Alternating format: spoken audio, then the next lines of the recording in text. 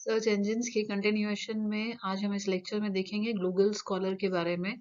Google का एक important search engine Google scholar academicians के लिए, स्टूडेंट्स के लिए, रिसर्चर्स के लिए किस तरह से काम करता है, वो इस लेक्चर में आज हम देखेंगे। गूगल स्कॉलर क्या है? गूगल स्कॉलर एक freely accessible web search engine है जो इंडेक्स करता है full text of scholarly literature across an array of publishing formats and disciplines. जितने तरह के publishing formats और disciplines हैं उनको इंडेक्स करता है, उनके लिटरेचर को। तो जब भी हमें किसी स्कॉलरली आर्टिकल की अगर सर्च है या हम ढूंढ रहे हैं, उसकी क्वेरी अगर हमने डाली है गूगल स्कॉलर पर, तो ये गूगल स्कॉलर उसको हमें एक्सेस प्रोवाइड करता है। ये रिलीज हुआ था इन नवंबर 2004। गूगल स्कॉलर एक सिंपल वे प्रोवाइड करता है to search for scholarly literature. Scholarly literature ढूंढने के लिए सबसे आसान तरीका गूगल स्कॉलर है, जहां वन प्लेस से लेके you can search across many disciplines and sources. कई डिसिप्लिन्स, चाहे आर्ट, साइंस, कॉमर्स, किसी भी फील्ड का अगर हमें लिटरेचर या स्कॉलरली आर्टिकल सर्च करने हैं, तो this provides a platform to search those scholarly articles. ये आर्टिकल्स हो सकती हैं, थीसिस हो सकती हैं, बुक्स हो सकते हैं, एब्स्ट्रैक्ट्स हो सकते हैं, इवन लीगल जो ओपिनियंस हैं कोर्ट के, वो भी हो सकते हैं। एकेडमिक पब्लिशर्स के जो लिटरेचर है वो हो सकता है, professional societies, online repositories, universities and other websites. तो जितने भी तरह के डिसिप्लिन्स हैं और सोर्सेज हैं, उन सब में से हम अपनी इस सर्च को पूरा कर सकते हैं थ्रू गूगल स्कॉलर। तो सिंपल, जैसे हम गूगल सर्च इंजन में अपनी क्वेरी को टाइप करते हैं और वो हमें बाय रेलेवेंस प्रोवाइड करता है, बाय इंडेक्स प्रोवाइड करता है आंसर्स टू क्वेरीज, उसी तरह से गूगल स्कॉलर में स्कॉलरली लिटरेचर से रिलेटेड क्वेरी का आंसर दिया जाता है, and which can be of any discipline and from any sources, कि किसी भी तरह का सोर्स या डिसिप्लिन हो, वहां से वो सर्च करके और आंसर प्रोवाइड करता है। गूगल स्कॉलर इंडेक्स करता है most peer reviewed online journals of Europe है, अमेरिकाज लार्जेस्ट स्कॉलरली पब्लिशर्स हैं, प्लस स्कॉलरली बुक्स हैं और दूसरे नॉन पीयर रिव्यूड जर्नल्स को भी ये इंडेक्स करता है। ये सिमिलर है in function to the freely available Scirus from Elsevier and get cited. Google Scholar provide करता है to search for scholarly literature. यहाँ से हम सर्च कर सकते हैं कि जैसे हम we are standing on the shoulder of giants, कि आप जिस भी तरह की सर्च परफॉर्म करना चाह रहे हो, बी इट लीगल ओपिनियन या साइंटिफिक या दूसरी फैकल्टीज में या डिसिप्लिन्स में, हमें थीसिस देखनी है, बुक्स देखनी है, आर्टिकल्स देखनी है, all of these can be accessed from a one single platform, the Google Scholar. It helps to find the relevant work across the world, कि एक लिमिटेशन नहीं है कि हम एक पर्टिकुलर जगह का ही ढूंढ सकते हैं। थ्रू आउट द वर्ल्ड उस पर्टिकुलर टॉपिक पर या उस पर्टिकुलर डिसिप्लिन में क्या क्या काम हो रहा है, वहाँ के जो स्कॉलरली रिसर्च है, उससे हमें ये अवेयर कराता है, जैसे ही हम उस पर अपना रेलेवेंट रिसर्च टॉपिक या अपना क्वेरी टाइप करते हैं। फीचर्स गूगल स्कॉलर के क्या क्या हैं? सबसे बड़ा इम्पोर्टेंट फीचर जो है कि from one convenient place we can search all scholarly literature.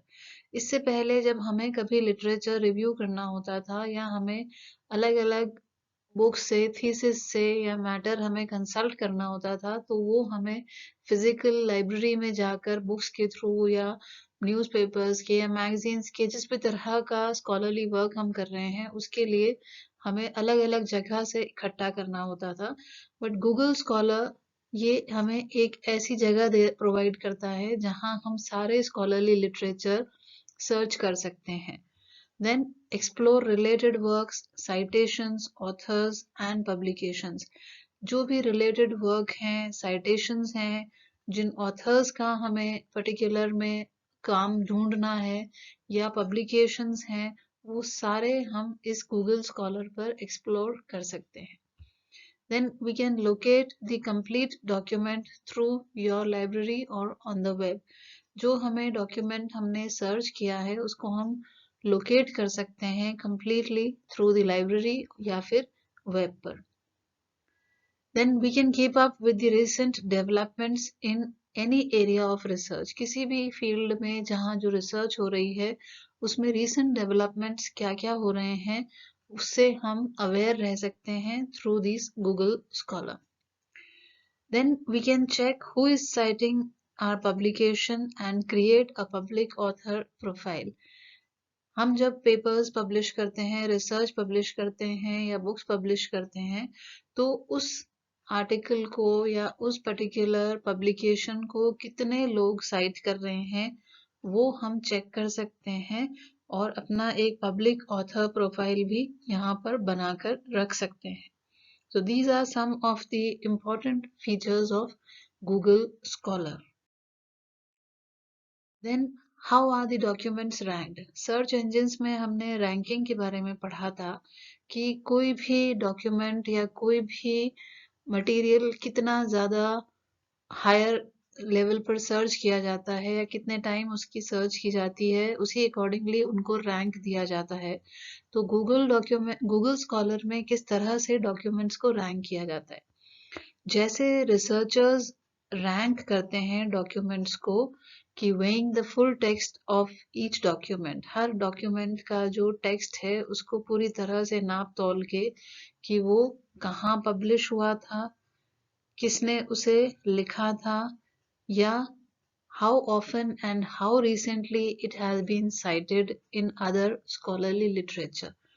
कि जब वो डॉक्यूमेंट पब्लिश हुआ कि उसको किसने पब्लिश किया, किसने लिखा, कहाँ पब्लिश हुआ, उसके साथ साथ कि दूसरे जो स्कॉलरली लिटरेचर है वहाँ पर उसको कितनी बार इस्तेमाल किया गया एज अ साइटेशन, कि कितनी बार वो साइट हुआ. इन सब पॉइंट्स के ऊपर गूगल स्कॉलर रैंक करता है डॉक्यूमेंट्स को. तो similar the researchers do the ranking, Google Scholar also ranks the documents in that way on the basis of full text, then publication, where it was done, then who wrote the document and how many citations it has. Google Scholar एक free accessible search engine है जो scholarly articles के लिए हमें एक platform provide करता है. Google scholar use किया जाता है basically bye researchers for their research. Google scholar की कई स्ट्रेंथ्स हैं और कुछ वीकनेसेस भी हैं. गूगल स्कॉलर की स्ट्रेंथ्स अगर हम देखें कि it's fast and easy to use, जिस तरह से कि गूगल सर्च इंजन है जो 90% ऑफ द पीपल यूज करते हैं अपनी क्वेरीज के लिए, तो सिमिलरली गूगल स्कॉलर भी फास्ट एंड इजी है to use as it can lead to hundreds of relevant scholarly articles in seconds. कि within a few seconds जैसे ही हम अपने scholarly article की search शुरू करते हैं, it provides hundreds of relevant articles. तो इतना ज़्यादा मटेरियल हमें उससे रिलेटेड, अपने काम से रिलेटेड प्रोवाइड कर देता है ये विद इन सेकेंड. और इंटरफेस जो इसका है, सर्च इंटरफेस, वो गूगल की तरह से ही है, तो it is clean and simple to use. तो इसके लिए कोई स्पेसिफिक या पर्टिकुलर फॉर्मेट की ज़रूरत नहीं है या एफिशिएंसी की कि उसमें सर्च करना टिपिकल है. सिमिलरली टू गूगल, जैसे हम गूगल पर सर्च करते हैं गूगल सर्च इंजन पर, उसी तरह से गूगल स्कॉलर पर भी हम सर्च कर सकते हैं. तो इसका इंटरफेस भी सिमिलर है to Google. Then it provides a cited by feature. इसमें एक important feature display होता है which is cited by. Google Scholar क्या करता है, हर source के नीचे एक list of references include करता है और हर उस research paper के पास में is cited by link, एक link provide करता है हर paper की list के पास में cited by. जैसे ही हम इस cited by लिंक पर क्लिक करते हैं वो गूगल का साइटेशन एनालिसिस हमें प्रोवाइड करता है। तो साइटेड बाय यानी कितने लोगों ने उसको यूज किया है, इसको रेफर किया है। तो clicking on this link shows Google's citation analysis, वो एक पूरा एनालिसिस प्रोवाइड कर देता है in which all the pages pointing to the original one listed are displayed। वहां उस साइटेशन एनालिसिस में फिर वो चीजें डिस्प्ले की जाती हैं। Another important strength factor is it provides formatted citations, कि हमें किस फॉर्मेट में वो साइटेशन चाहिए वो गूगल स्कॉलर हमें प्रोवाइड करता है कि if we click on the cite link for citations तो हमें किस स्टाइल में जो साइटेशंस है, एमएलए है, एपी है, ए है या शिकागो स्टाइल, तो किस स्टाइल में वो रेफरेंसेस हमें लिखने हैं या चाहिए, तो उस पर्टिकुलर फॉर्मेट में वो साइटेशंस हमें प्रोवाइड कर सकता है। ये साइटेशंस हम इंपोर्ट कर सकते हैं टू बिबटेक्स, एंड नोट, रेफमैन और रेफवर्क्स फ्रॉम गूगल स्कॉलर। तो जो भी स्टूडेंट्स जो रिसर्च करते हैं उनको अगर हम साइटेशंस अपने एपीए फॉर्मेट में चाहिए या एमएलए फॉर्मेट में चाहिए तो they can go for this site link. इस पर क्लिक करने से उनके पास ये ऑप्शन आएगा and they can get those provided formatted citations और इनको फिर import कर सकते हैं to BibTeX, EndNote या RefMan और RefWorks from Google Scholar अपने रिव्यू के लिए या अपने रेफरेंस लिस्ट्स के लिए।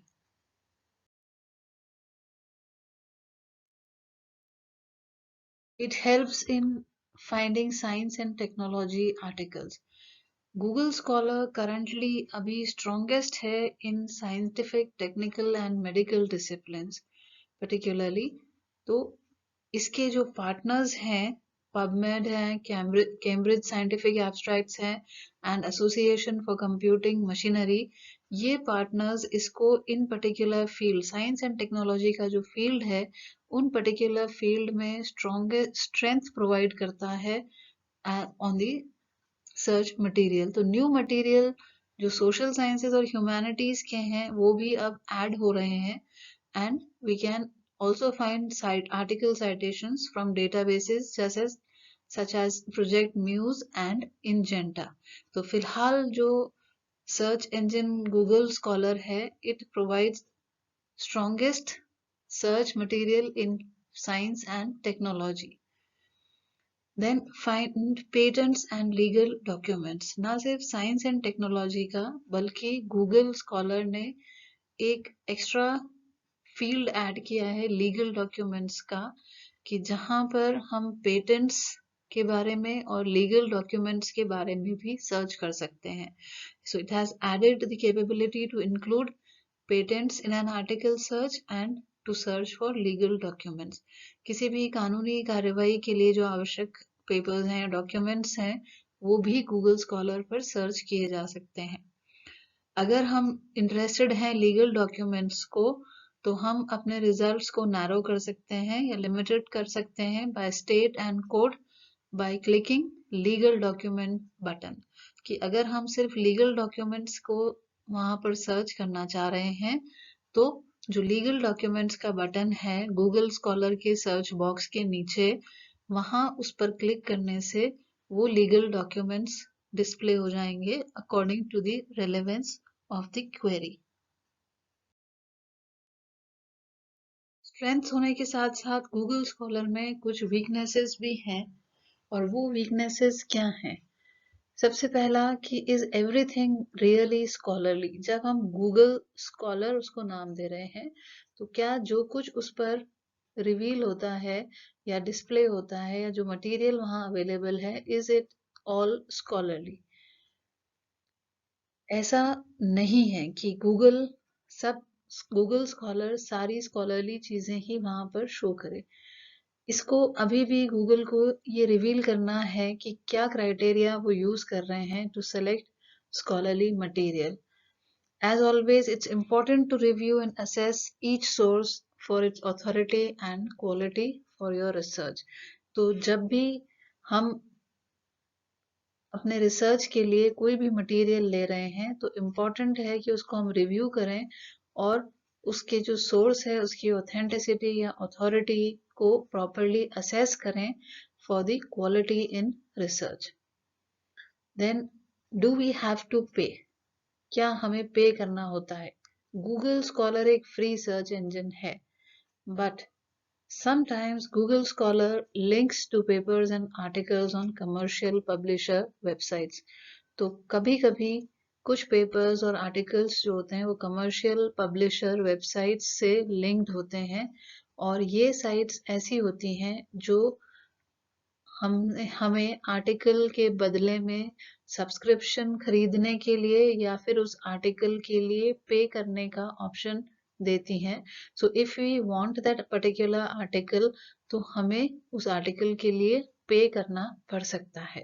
तो Google scholar will provide the search and this search would always may be linked to commercial publisher जो कि उस पर्टिकुलर आर्टिकल के लिए या सब्सक्रिप्शन के लिए पैसे की डिमांड कर सकता है। Another weakness of Google is no full text. Google Scholar एक full text डेटाबेस नहीं है कि जो भी चीज हमने वहां सर्च की है या जो क्वेरी हमारे लिए रिस्पॉन्स हमें मिला है वो पूरा डेटाबेस प्रोवाइड नहीं करता है। बहुत से जो रिकॉर्ड गूगल स्कॉलर में हैं वो जर्नल आर्टिकल साइटेशंस हैं, ना कि आर्टिकल्स हैं कंप्लीटली।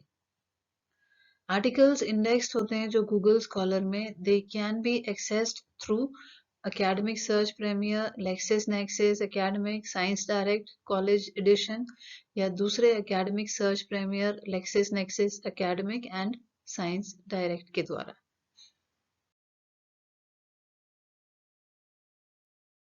सर्च इंजिन्स हमें इतने कम टाइम में इतना सारा रिस्पॉन्स देते हैं कि sometimes we are not sure what we are looking at. कि जब हमने कोई क्वेरी गूगल स्कॉलर पर डाली है तब जो रिजल्ट्स डिस्प्ले हो रहे हैं दे मे कंटेन अ हॉच पॉच ऑफ सोर्सेस कि वहां पर साइटेशंस भी होंगी, साइटेड रेफरेंसेस भी होंगे एंड बुक्स भी होंगे, that we may be confused what we are looking at. साथ ही में डुप्लीकेट और फ्रैगमेंट्री एंट्रीज भी होंगी as well as different edition of works जैसे प्री प्रिंट्स हैं which may vary from the version published in a journal. तो एक articulated वे में या वहां पर जो डिस्प्ले हो रहा है जो रिजल्ट उसमें कई तरह के सोर्सेज इंक्लूड हो जाएंगे, जिस तरह की क्वेरी है उससे रिलेवेंट करते हुए कई साइटेशन, साइटेड रेफरेंस और बुक्स आ जाएंगे। तो it confuses the person searching for a relevant material.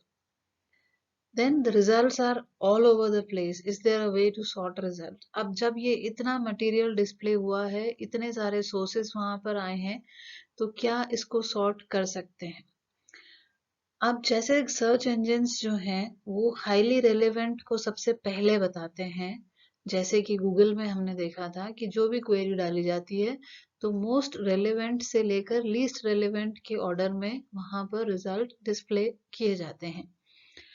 लेकिन इसमें जब हम रिसर्च की बात कर रहे हैं तो not the most current materials, वहां पर करंट मटेरियल्स का जो जो डिस्प्ले है या साइटेशन है वो अलग से प्रोवाइड या सॉर्टेड वे में प्रोवाइड नहीं होगा। वो सिर्फ रेलेवेंस के ऑर्डर में ही आएगा कि which one is highly relevant and which is the least relevant. And there is no easy way to sort, import or email these results which have been displayed on the Google Scholar after any query.